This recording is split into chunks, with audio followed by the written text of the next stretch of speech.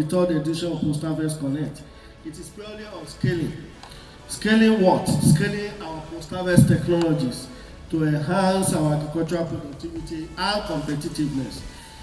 If you look at the audience today, you find out that we have diverse colleagues that are from different countries. And I recognize the commodity value chain expert in Africa, Dr. Adebayo Abbas, that is from DRC Congo, that is also with us. Ladies and gentlemen, Mr. President, under his leadership, has pushed quite a lot of food security. And our institute has been saddled with the responsibility of deploying 86 units of parabolic solar dryer and 30 units of inert atmosphere silos. The solar dryer for dry and the silo for storage.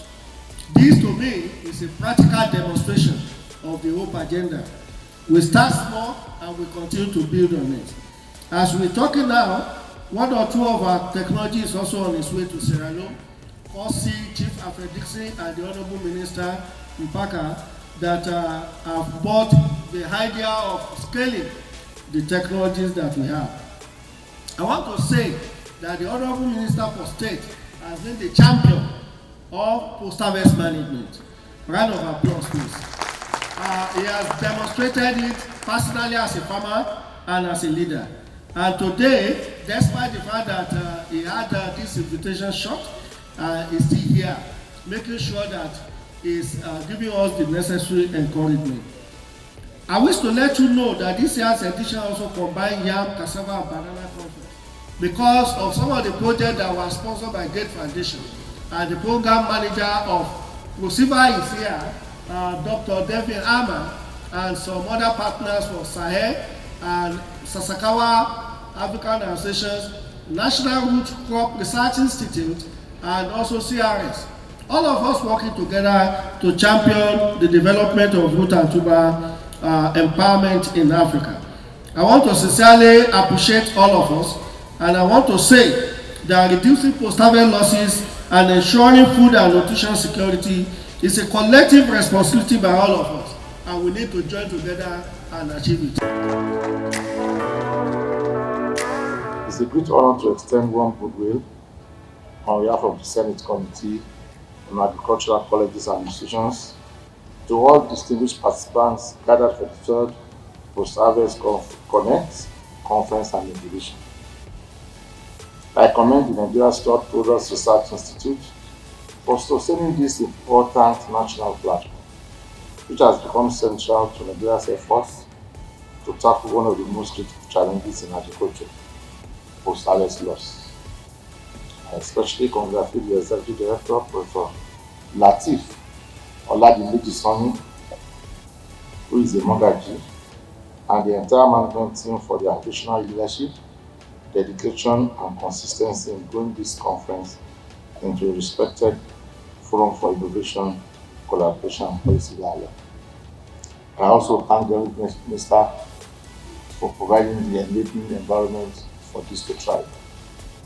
This year's theme, Scaling Post-Harvest Technologies for Enhanced Productivity and Competitiveness, speaks directly to the urgency of our national food security agenda. In Nigeria, substantial losses still occur between harvest and consumption, especially in root, tuber, and banana value chains. Reducing these losses is not merely a technical issue. It is essential to improving farmer incomes, expanding market access, lowering food prices, and strengthening national resilience. The impact of previous Post-Harvest Connect conferences is already evident. Earlier editions have helped strengthen collaboration among researchers, agribusinesses, policymakers, and development partners, accelerated awareness and adoption of storage and handling technologies, and brought greater visibility to practical innovations to help farmers preserve quality and reduce waste. These outcomes are contributing meaningfully to a more efficient and competitive agricultural value chain. Distinguished ladies and gentlemen, The Senate Committee on Agricultural Colleges and Institutions is fully committed to strengthen the foundation upon which agricultural transformation rests: education, research, and institutional capacity. We are actively leading reforms aimed at overhauling Nigeria's agricultural colleges and institutions to make them more responsive to modern realities. Our goal is clear: to align agricultural education with innovation, entrepreneurship, food security priorities, and job creation for a growing and teeming youth population. In advancing this mandate, we are forging strategic international partnerships with countries and blocs such as Brazil, China, European Union, Germany, India, Malaysia, and the United Kingdom, with a deliberate focus on areas of comparative advantage within each partner nation.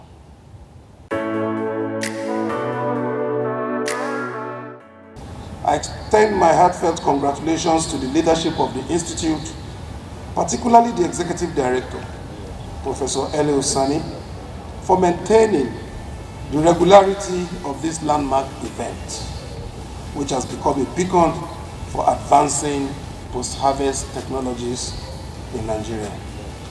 The theme of this year's conference, Scaling Post-Harvest Technologies for Enhanced Productivity and Competitiveness, is both timely and strategic. Root, tuber, and banana value chains are critical to Nigerian food security, and scaling innovation in storage, drying, and packaging, as NISPRI has championed through technologies such as hermetic steel drums and solar dryers, is essential to reducing losses and ensuring that farmers reap full benefits of their labor. As chairman of the House Committee on Agric Institutions and Colleges, I reaffirm our committee's commitment to robust oversight functions. We have consistently insisted on strict adherence to budgetary provisions and demanded accountability from agricultural institutions, including the submission of internally generated revenue records during budget defense sessions. This insistence on transparency and fiscal discipline is not merely procedural. It is a safeguard to ensure that scarce resources are effectively deployed to strengthen research, training, and innovation in our agricultural institutions. Our committee recognizes that post-harvest losses remain one of the greatest threats to Nigeria's food security. Therefore, we will continue to support NISPRI and other agri-research institutions through legislative backing, budgetary oversight, and advocacy for increase in funding. We are determined to ensure that institutions under our purview remains accountable, efficient, and aligned with national priorities for agricultural transformation. This conference is a testament to the synergy between policymakers, researchers, and industry stakeholders. It provides a platform to showcase innovations, exchange ideas, and build partnerships that will drive Nigeria's competitiveness in global agricultural markets. The House Committee stands ready to collaborate with NISPRI and all stakeholders to translate these innovations into scalable solutions that benefit farmers, processors, and consumers alike. We are connecting because we have a national challenge. The national food security challenge is one that affects all of us. And as a professional in the field, you might ask this question: are we having enough food? If we are having enough food, what is happening? And so if you look at the dimensions of food security, talking about availability of food, accessibility of food, affordability of food, and of course that food being in the right nutritional content on a sustainable basis, it is when this is completely, working together that you can claim to have food security. And so we believe the food culture in Nigeria is so diverse. And so if you look at the various food items, and I'm happy 3 of the most important food areas have been mentioned for this conference today: roots, tuber, and banana. Of course, when you say banana, you can as well add plantain, because usually they go together. But the point to be made here is, this is significant because we produce, even if it is not enough, but we have production. And for root and tuber, Nigeria is the world's largest producer. But if you take a look at the processing as part of post-harvest activity, that is where the challenge is. And many of our farmers end up with wastages, some up to 30, 40%, and even some in the fruits and vegetable segment up to even 60 to 70%. Now, what we keep saying is that if we work out a program to reduce post-harvest loss by even 10%, for example, what will be the value of that effort in terms of availability of food? Now, more food will be available, which will also impact on affordability, because the more you have, the less the price.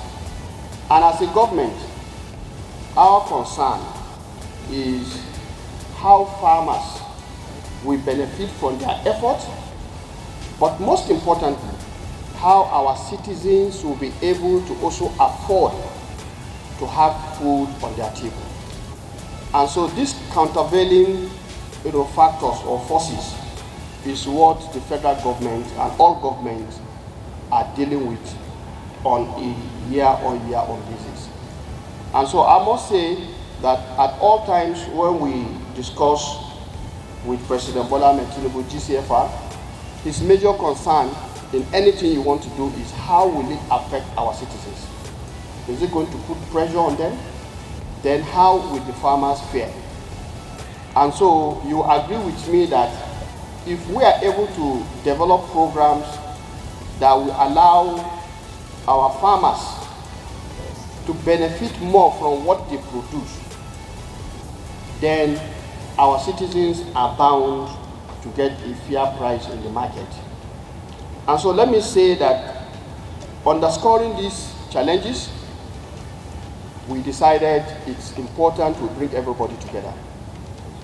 Those who are involved in the post-harvest ecosystem, whether producing technologies that farmers will use, either on-farm or even off-farm, because some of the post-harvest losses start even at the level of the farm.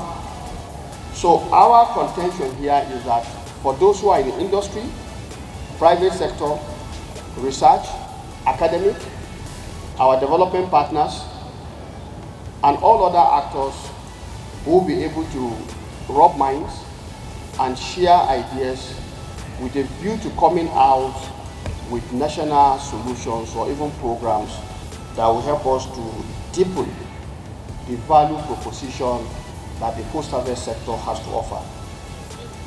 Let me put it on record that because we know we are the world's #1 producer of root and tuber, we actually had a post-harvest program that is designed to ensure farmers are able to reduce at harvest. And that's why we talk about the inert atmospheric containers. And I think NISPRI has done quite a lot of work in terms of the drums and the bags themselves. And this we have tried to popularize so that farmers are able to immediately reduce their losses. But let me say at the ministry level that we've run a program many of you may be aware of, which we call the Root and Tuber Expansion Program, RTEP. RTEP was run for more than 20 years. It was popular, it was all over the place. But what we are saying now is that, okay, we've expanded. It's time for us to take stock of how we have expanded. And so we are moving RTEP to what we call RTIDE, that is Root and Tuber Industry and Export Development Program. And that program, we are hoping, will help us to focus more on processing. Because if you take cassava, for example, the need for ethanol is key, especially now when you look at the fact that we are talking about alternative energy sources. In some countries, ethanol is what they use. And I think Nigeria can take advantage of that particular product, for example. But is that the only thing? No, we also have high, quality cassava flour, and it is still possible for us to do the mixture, that is bringing the normal wheat flour and mixing with cassava, high quality cassava flour to produce our bread and confectionaries, with a view to reducing the cost. And so the opportunities are endless. If you look at the application of cassava starch, even in the pharmaceutical industry and even in the textile industry, then you understand that the opportunities are very, very available. And our intention here is to see that we deliberately and intentionally focus on how to raise the bar in terms of our market capture for these products. And of course, I can see the yam team. Yam is also another product. And incidentally, IITA and the ministry just had a program, I think about 2 months now. Is it up to 2 months? February, yeah. So we had a program where we are repositioning yam as one of our natural, God-given resource, one that has a lot to do with food security. And one thing is certain, with technology, we are going to open up the possibilities that all of these commodities have to offer. And that's why in a program like this today, the Post-Harvest Connect, sharing all of these technologies, sharing what is possible becomes very important. Now, if you look at banana, of course, this is another very, very important commodity that we are underutilizing. And if you look at its value in terms of contribution to food security, there are families that cannot do without, plantain, for example, on their menu. And if you also look at the flour that is produced from it, a lot of people are now turning back to it because of its, health benefit, to actually have even swallow. Nigerians would like to swallow a lot. Yeah? Chief Dixon, the swallow thing, not the couscous from Sierra Leone. We are talking about the swallow, real swallow. Nigerians like to hold it and grab it and feel it. And that is what these products are able to produce. So what I would like to add is, of course, all of these things shows the great potential this country has. And I must say that working on the vision of President Bola Ahmed Tinubu for a $1 trillion economy, the proposal I would like to leave for this conference is for you to ask, since root, tuber, and banana are the focus of this Post-Harvest Connect, what are the potential contribution of this segment of our sector to contribute to that $1 trillion economy? And I'm sure we have enough experts, both from the academic and from the practical side of it, that is those who are in the business side. Because it's one thing you talk all your practice and theory, but it's another thing when you go to the field to face the reality of the field. And I will tell you today, if you talk about marketing, for example, which is where we are very poor when it comes to some of these commodities. If you go and meet a woman who is in yam marketing, for example, by the time she will give you an analysis, you'll be shocked. How they move their yams, how they distribute it, and so on and so forth. And yet, they are mindful of the fact that there could be what? Post-harvest losses. So they know what strategies they are using. So sometimes we tend to ignore some of these things. And I think it's good that those who are researchers should begin to pay more attention to the local knowledge that are available with our farmers, because they've been keeping all of these things year on year. I am delighted to extend my goodwill to all participants at the Post-Harvest Connect 2026 Tuber and Banana Conference.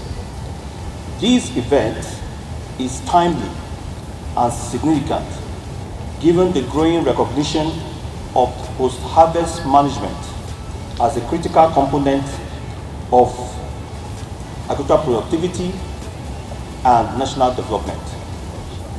The theme, Scaling Post-Harvest Technologies for Enhanced Productivity and Competitiveness, aligns closely with the mandate of the Agricultural Research Council of Nigeria. You are aware that the Agricultural Research Council of Nigeria oversees about 16 national agricultural research institutes and about 18 federal colleges of agriculture. And our mandate is to coordinate and promote agricultural research that responds to national needs. It also reflects the urgency of translating research outputs into tangible benefits for farmers, processors, and the wider economy. Nigeria has made considerable investment in agricultural research, yet the gap between innovation and adoption remains a concern. Technologies developed within our research institutes must be effectively disseminated, adapted, and scaled to achieve meaningful impact. This is particularly important for root, tuber, and banana crops, which are central to food security and livelihood across the country. The conference offers an opportunity to strengthen collaboration among key stakeholders, including research institutions, universities, extension agencies, private sector actors, and development partners. Such collaboration is essential for creating an enabling environment where innovations can thrive and reach the intended users. I encourage participants to focus on practical outcomes. Discussions should lead to clear strategies for scaling technologies, improving access to financing, strengthening extension services, and addressing policy constraints that hinder adoption.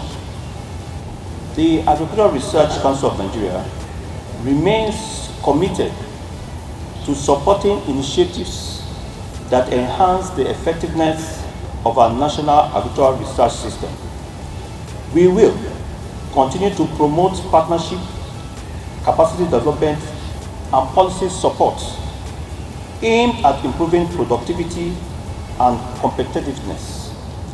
I am confident that this conference will generate valuable ideas and actionable recommendations that will contribute to strengthening post-harvest systems in Nigeria. So I'd like to say on behalf of the DG of IITA, Dr. Simi Ehui, it's a great pleasure to be here to give a goodwill message. As you know, IITA, we work very closely with many of the people in this room, including the contingent from Sierra Leone. And I think hearing what's going on today from the Nigerian Store Products Research Institute, it's also clear that we need to be working even closer together in the future. You know, IITA, for example, is involved in the breeding of crops, increasing yield. It's of course very important that that yield should be protected post-harvest. And as I said, I think there's a lot to be gained from closer working with IITA with the Nigerian Stock Product Research Institute. This conference is very apt as it brings together all partners in the agricultural sector to rub minds on ways of mitigating post-harvest loss in the country and indeed our partner countries. It is in this regard that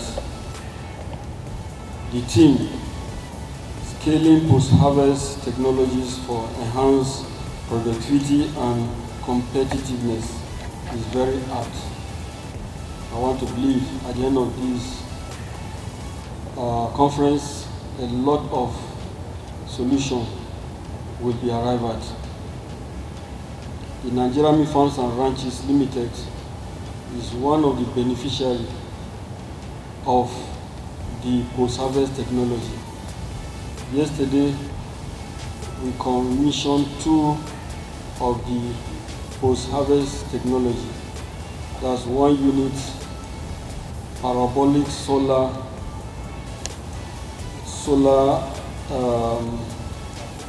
dryer and 1 unit inert atmosphere silo. So I want to sincerely appreciate the Nigerian Stock Product Research Institution and indeed the Ministry of Agriculture and Food Security. We sincerely appreciate that Nigerian Farms and Ranches was considered as one of the beneficiaries of this post-harvest technology. I want to assure you that the Nigerian Farms and Ranches Limited will put the 2 technology into judicious use to support our efforts in contributing to the federal government policy of food security.